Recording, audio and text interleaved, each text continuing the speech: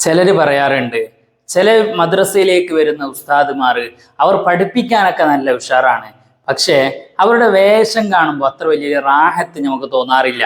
അതേപോലെ തന്നെ മദ്രസ പഠിപ്പിക്കാൻ വരുമ്പോൾ കുട്ടികൾക്ക് പോലും ഒരു ഉസ്താദാണ് മുമ്പിൽ നിൽക്കുന്നത് എന്ന ഫീൽ ഉണ്ടാവാറില്ല. അതിനുള്ള പല കാരണങ്ങളിൽ ഒന്ന് അവരുടെ വേഷവിധാനം തന്നെയാണ് എന്ന് പലരും പറയാറുണ്ട്.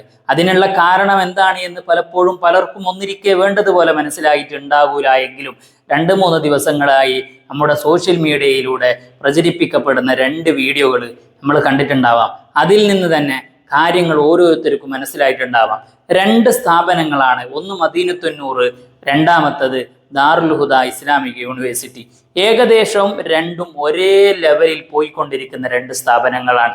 രണ്ടിൽ നിന്നും പഠിച്ചിറങ്ങുന്ന ഉസ്താദുമാര്, മുതഅല്ലിമീങ്ങൾ, കുട്ടികൾ എല്ലാ വിഷയങ്ങളിലും നല്ല കഴിവുള്ളവരാണ്. ഒന്ന് ഹുദവികളാണ്, മറ്റൊന്ന് നൂറാനികളാണ്.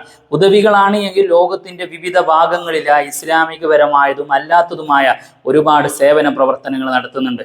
അതിനോട് സമാനമാകുന്ന തരത്തിൽ തന്നെയാണ് നൂറാനികളുടെയും പ്രവർത്തനം. ലോകത്തിന്റെ വിവിധ ഭാഗങ്ങളിൽ അവരും സേവന പ്രവർത്തനങ്ങൾ ഇസ്ലാമികപരമായ നിലക്കും അല്ലാത്ത തരത്തിലും നടത്തുന്നുണ്ട് എന്നുള്ളത് എല്ലാവർക്കും അറിയാവുന്ന കാര്യമാണ്. പക്ഷെ എവിടെയാണ് പ്രശ്നം കിടക്കുന്നത്? ഒരു വിഭാഗം ഇങ്ങനെയുള്ള പ്രവർത്തനങ്ങൾ ചെയ്യുമ്പോഴും അവരുടെ വിദ്യാഭ്യാസത്തിനിക്ക് ഒരു കുറവും ഇല്ല എങ്കിൽ പോലും അവരുടെ വേഷവിധാനങ്ങളിൽ വലിയ കുറവ് എല്ലാവർക്കും തോന്നാറുണ്ട്.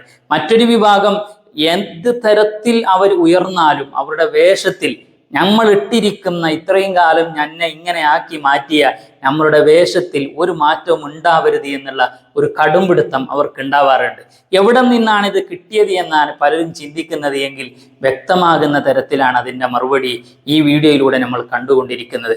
നമ്മളുടെ ഓരോരുത്തരുടെയും അല്ലെങ്കിൽ പഠിച്ചിറങ്ങുന്ന കുട്ടികൾക്ക് ഓരോരുത്തർക്കും സംസ്കാരം പഠിപ്പിക്കേണ്ടതും വേഷവിധാനങ്ങൾ പഠിപ്പിക്കേണ്ടതും അവർ പഠിക്കുന്ന കോളേജുകളിൽ നിന്നാണ്.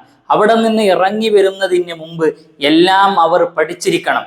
നേരെ മറിച്ച് ഇറങ്ങി വന്നതിന് ശേഷം അതെല്ലാം റെഡിയാക്കാമെന്ന് ആരെങ്കിലും ചിന്തിക്കുന്നുണ്ടെങ്കിൽ അത് മൗഢ്യമായ ചിന്തയാണ് എന്ന് ഏതൊരാളും മനസ്സിലാക്കുന്നത് നല്ലതാണ്. ഇപ്പോൾ ഇത് തന്നെ നിങ്ങൾ നോക്കൂ, അവിടെ 2 സ്ഥാപനങ്ങളിലും ഏകദേശം ഒരുപോലെയാണ് ഫെസ്റ്റ് നടക്കുന്നത്.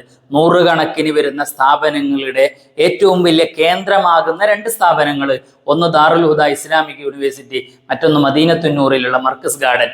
ഈ 2 സ്ഥലങ്ങളിൽ നടക്കുന്ന ആർട്ട് ഫെസ്റ്റ് നമ്മളൊന്ന് നോക്കേണ്ടത് തന്നെയാണ്. അതിൻ്റെ മുൻപായി കണ്ട 2 വിളംബര റാലികളാണ് ഇന്ന് സോഷ്യൽ മീഡിയയിലൂടെ ട്രെൻഡായിക്കൊണ്ടിരിക്കുന്നത്. ആ 2 വീഡിയോയിൽ നിന്ന് കാണുമ്പോൾ തന്നെ നമുക്ക് മനസ്സിലാക്കാം ഏത് വിഭാഗത്തിലാണ് യഥാർത്ഥത്തിലുള്ള ഇസ്ലാമിക ചിട്ട അനുസരിച്ചിട്ടുള്ള അറിവുകൾ നേടാൻ സാധിക്കുക എന്ന്.